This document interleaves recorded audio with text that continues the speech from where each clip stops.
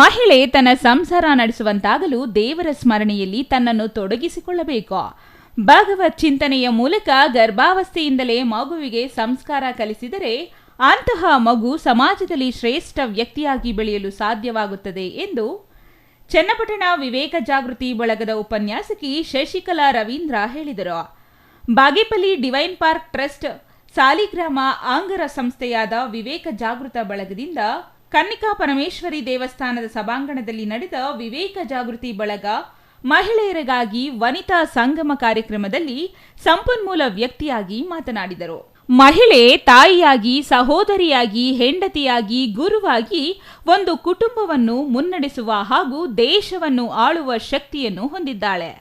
ಬಡತನದಲ್ಲೂ ಶ್ರುತಿಗೆಡದ ಮಾನಸಿಕ ಸ್ಥೈರ್ಯ ಗೃಹಿಣಿಗಿದೆ ಎಂದರು.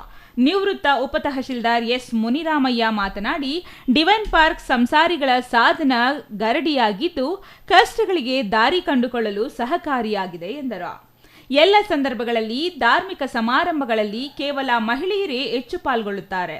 ಕುಟುಂಬದ ಎಲ್ಲ ಸದಸ್ಯರನ್ನು ಕರೆದುಕೊಂಡು ಬರುವ ಹುಮ್ಮಸ್ಸು ಮಹಿಳೆ ಪ್ರದರ್ಶಿಸಬೇಕು. ಯಶಸ್ವಿ ಬದುಕಿಗೆ ವಿವೇಕ ಜಾಗೃತ ಬಳಗ ಸಾಧನವಾಗಿದೆ ಎಂದರು. ಡಾಕ್ಟರ್ಜಿ ಅದನ್ನು ನೇರವಾಗಿ ಹೇಳ್ತಾರೆ, ನಾನು ಕಂಡಿದ್ದೇನೆ, ನಾನು ಅನುಭವಿಸಿದ್ದೇನೆ, ಭಗವಂತ ಇದ್ದಾನೆ, ನೋಡ್ತಾ ಇದ್ದಾನೆ, ಪರೀಕ್ಷೆ ಮಾಡ್ತಾ ಇದ್ದಾನೆ. ಪ್ರತಿ ಕ್ಷಣ ನಾವು ಮಾಡುವ ಎಲ್ಲ ಕೆಲಸವನ್ನು ಭಗವಂತ ಪರೀಕ್ಷೆ ಮಾಡ್ತಾ ಇರ್ತಾನೆ ಅಂತ. ಈಗ ಒಂದು ಡಿವೈನ್ ಪಾರ್ಕಿನ ಕಾರ್ಯಕ್ರಮ ಅಂದರೆ ಏನು ವಿಶೇಷತೆ ಡಿವೈನ್ ಪಾರ್ಕಿನ ಕಾರ್ಯಕ್ರಮದಲ್ಲಿ ಅಂತಂದರೆ, ಈಗಾಗಲೇ ಎಲ್ಲ ಸರ್ವ ದೇವದೇವಿಯರು ಈ ದೇವಾಲಯದಲ್ಲಿದ್ದಾರೆ.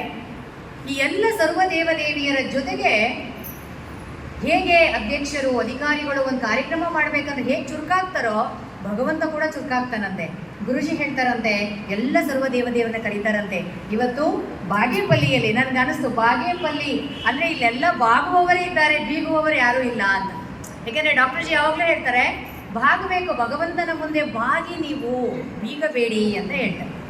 ಈ ಸಂದರ್ಭದಲ್ಲಿ ಡಿವೈನ್ ಪಾರ್ಕ್ ವಿವೇಕ ಜಾಗೃತಿ ಬಳಗದಿಂದ ಪುಸ್ತಕ ಪ್ರದರ್ಶನ ಹಾಗೂ ಮಾರಾಟ ಮಾಡಿದರು. ಬಾಗೇಪಲ್ಲಿ ವಿವೇಕ ಜಾಗೃತಿ ಬಳಗ ಪದಾಧಿಕಾರಿಗಳ ಬಯಪ್ಪ ರೆಡ್ಡಿ, ಶ್ವೇತಾ ಗಂಜಂ, ಅಶ್ವತ್ಥ ನಾರಾಯಣ, ಇಂದ್ರಾಣಿ, ವೆಂಕಟೇಶ್, ವನಿತಾ, ನಾರಾಯಣಸ್ವಾಮಿ ಮತ್ತಿತರರು ಹಾಜರಿದ್ದರು. Ganesh R, CTV news, Bagepalli.